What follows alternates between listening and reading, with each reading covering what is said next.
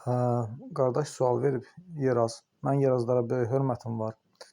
Mənə çox dəstək olublar. Allah razı olsun bütün Yerazlardan. Qardaş yazıb, Allah sizdən razı olsun, xəstələrə köməklik göstərirsiniz. Məndə qaraciyər bərkiməsi üçün nə məsləhət verərdiniz? Qardaş, sən başa dönərəm.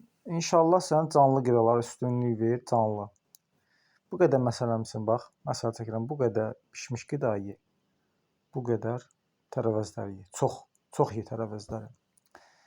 Sonra limon, sarımsaq, zəncəfil qarışım var səhifəmdə, ondan bir dənə düzəlt içkinə. Alaqanqal toxumu al, 1 kilo üyüd, ondan da hər gün səhər, günorta, axşam 1 çay qaşığı yeməkdən 1 saat qabaq iç.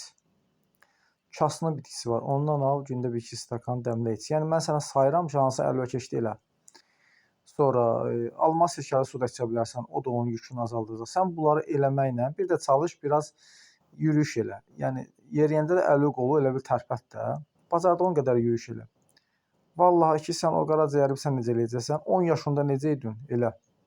Bismillah, başla.